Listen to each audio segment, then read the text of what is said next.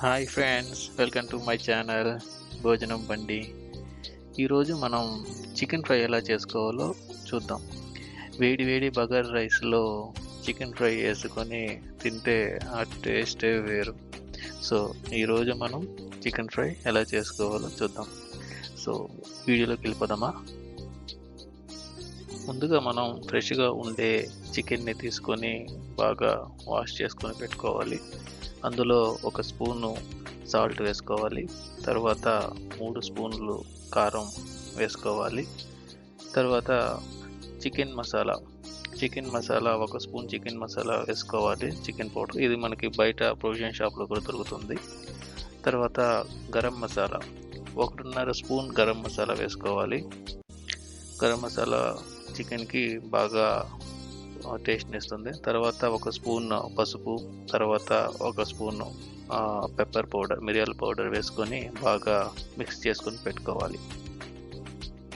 కళాయి తీసుకొని అందులో నూనె వేసుకోవాలి. నూనె వచ్చేసి చికెన్ మునిగేంత వరకు నూనె పోసుకోవాలండి, ఆయిల్ పోసుకోవాలి. దాంట్లో మనం మసాలా కలిపి పెట్టుకున్న చికెన్ ముక్కలన్నిటినీ ఇలాగ ఆయిల్లో వేసుకొని బాగా ఫ్రై చేసి తీసుకొని పక్కన పెట్టుకోవాలి. చికెన్ కలర్ చేంజ్ అయ్యేంత వరకు ఫ్రై చేయాలండి, కొంచెం డీప్ ఫ్రై చేయాల్సి వస్తుంది. ఇలాగా మొత్తం చికెన్ ముక్కల్ని కలర్ చేంజ్ అయ్యేంత వరకు ఫ్రై చేసుకొని ఒక ప్లేట్లోకి తీసుకోవాలి. ఇప్పుడు మనం ఫ్రై చేసిన ఆయిల్ని సగం ఆయిల్ తీసేసి మిగిలిన సగం ఆయిల్లో ఆనియన్స్, పచ్చిమిర్చి వేసుకొని బాగా ఫ్రై చేసుకోవాలండి. తర్వాత కొంచెం గరం మసాలా యాడ్ చేసుకోవాలి ఆనియన్స్కి. తర్వాత కొంచెం చికెన్ మసాలా యాడ్ చేసుకోవాలి. మొత్తం ఒక స్పూన్ యాడ్ చేసుకోవాలండి.